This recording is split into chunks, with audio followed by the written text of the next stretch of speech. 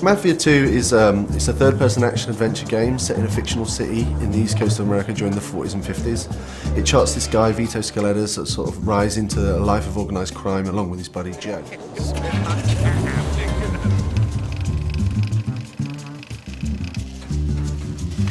What is it that you want? I want to know why you had our friend killed. Well, like every classic mob story, Mafia 2 is a story about friendship, betrayal. The guys who you think are the bad guys might not really be the bad guys.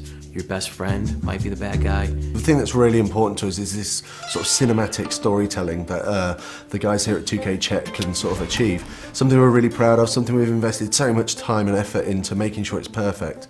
A na tom vlastně stavíme. We want to present the whole game in a Hollywood film-like style, and visually it looks amazing, but it's the story that's the most important thing for us. It starts off with, it's just about Vito, and then the first guy you meet is Joe. He's Vito's best friend, and then you'll meet Vito's mother and sister right away. Vito, my boy.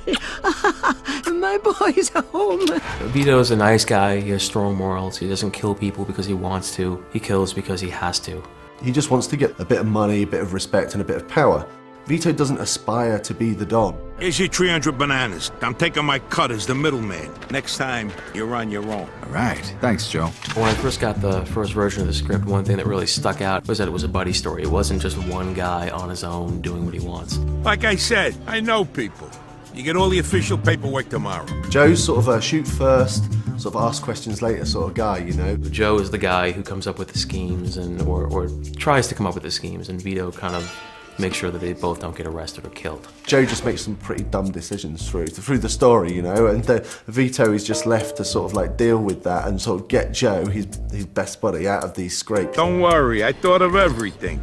I got these phone company uniforms so we can pretend to be fixing something. Sounds a little too simple. Vztah mezi Vitem a Our goal was to build the relationship in such a way that it's clear to us, or to the player, that Joe is his best friend. Something like family, if not even more. We'll find you a job where you can make good money without killing yourself, all right? Music to my ears. Besides Joe Barbaro, there's a lot of other characters that Vito meets and interacts with and becomes friends with throughout the story. The first real mob guy you meet is a guy named Henry Tomasino, who gives you kind of your first big break. And then this guy named Eddie Scarpa, who's kind of similar to Joe in that he likes the booze, he likes the women. It's an open world city with a very strong linear story travelling through it, which is maybe a little bit of a different structure than we see with other open world games. With our game, the story is incredible, the dialogue is amazing. If you knew what was really going on, you'd realize that you was better off in jail.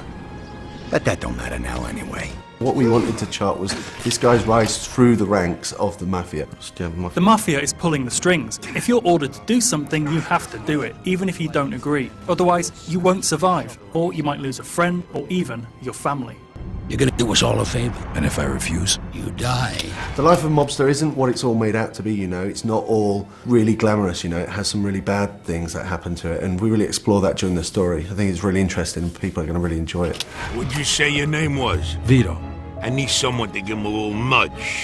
$10 a man. What if someone makes a fuss? Well, then you'll have to convince him otherwise.